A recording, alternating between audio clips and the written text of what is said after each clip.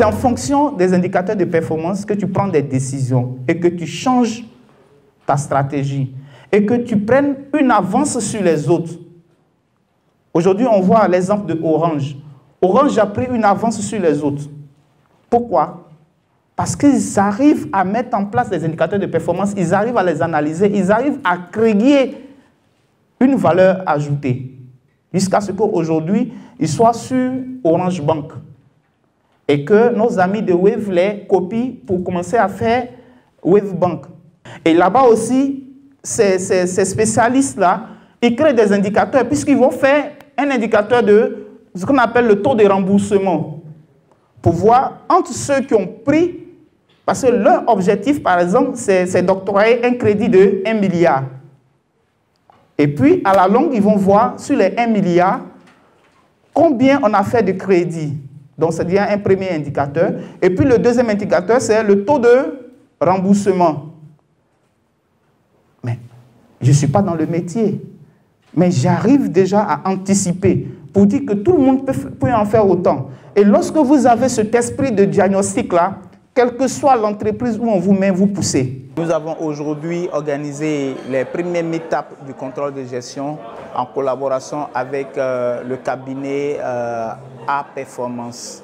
Et ces meet-ups-là avaient essentiellement pour objectif de pouvoir réunir les acteurs professionnels du contrôle de gestion et les aspirants autour de 2 thèmes qui étaient les indicateurs de performance, comment les définir, comment les mettre en place, et à côté, la digitalisation du métier, c'est-à-dire la digitalisation du tableau de bord avec A-Performance. Je pense que c'est une action révolutionnaire. On ne peut pas parler aujourd'hui de digitalisation du métier sans parler de la business intelligence.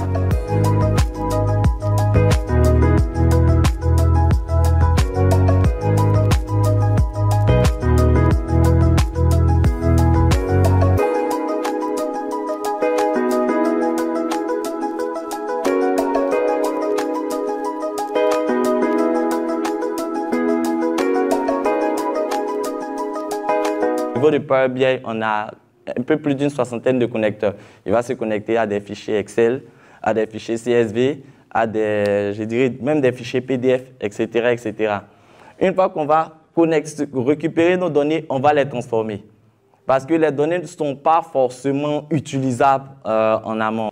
Donc, on va les nettoyer, on va sortir aussi les impuretés, toutes les colonnes qu'on ne veut pas utiliser, etc., etc.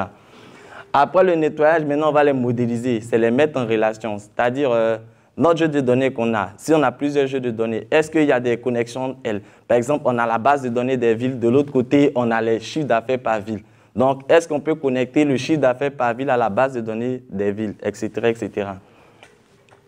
Ensuite, on va créer des mesures ou des colonnes calculées. Donc, ça, c'est tout ce qui est calcul annexe. On a le prix unitaire, on a la quantité, on veut sortir le montant, par exemple. On va effectuer des calculs. Une fois qu'on a fini les calculs, maintenant, on va positionner les visualisations. Comment on veut présenter nos données? Est-ce que dans quel cas on va utiliser une courbe? Dans quel cas on va utiliser un camembert ou bien un diagramme nano? Et enfin, on va distribuer. Qui est le destinataire des rapports? À quelle fréquence il doit le recevoir? Donc, c'est à ce niveau-là qu'on le fait. Et maintenant, l'automatisation, l'idée, c'est automatiser tout le cycle qui est là de manière à ce que, une fois que vous l'avez fait, c'est fini. J'ai pu présenter la solution Power BI à travers un cas pratique, les différents éléments, les différentes étapes à faire pour pouvoir utiliser Power BI. Donc, c'est un public de professionnels. Donc, on avait des contrôleurs de gestion, des responsables commerciaux, des managers, donc qui a été vraiment réceptif, et on espère encore qu'il y aura une prochaine édition et cette fois-ci vraiment des cas très pratiques sur des sujets d'actualité concernant notre métier. Merci.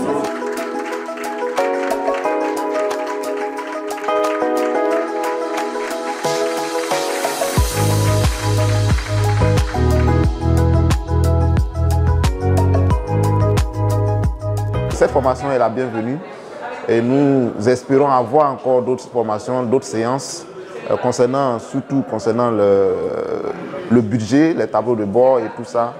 Ça a été vraiment un moment béni.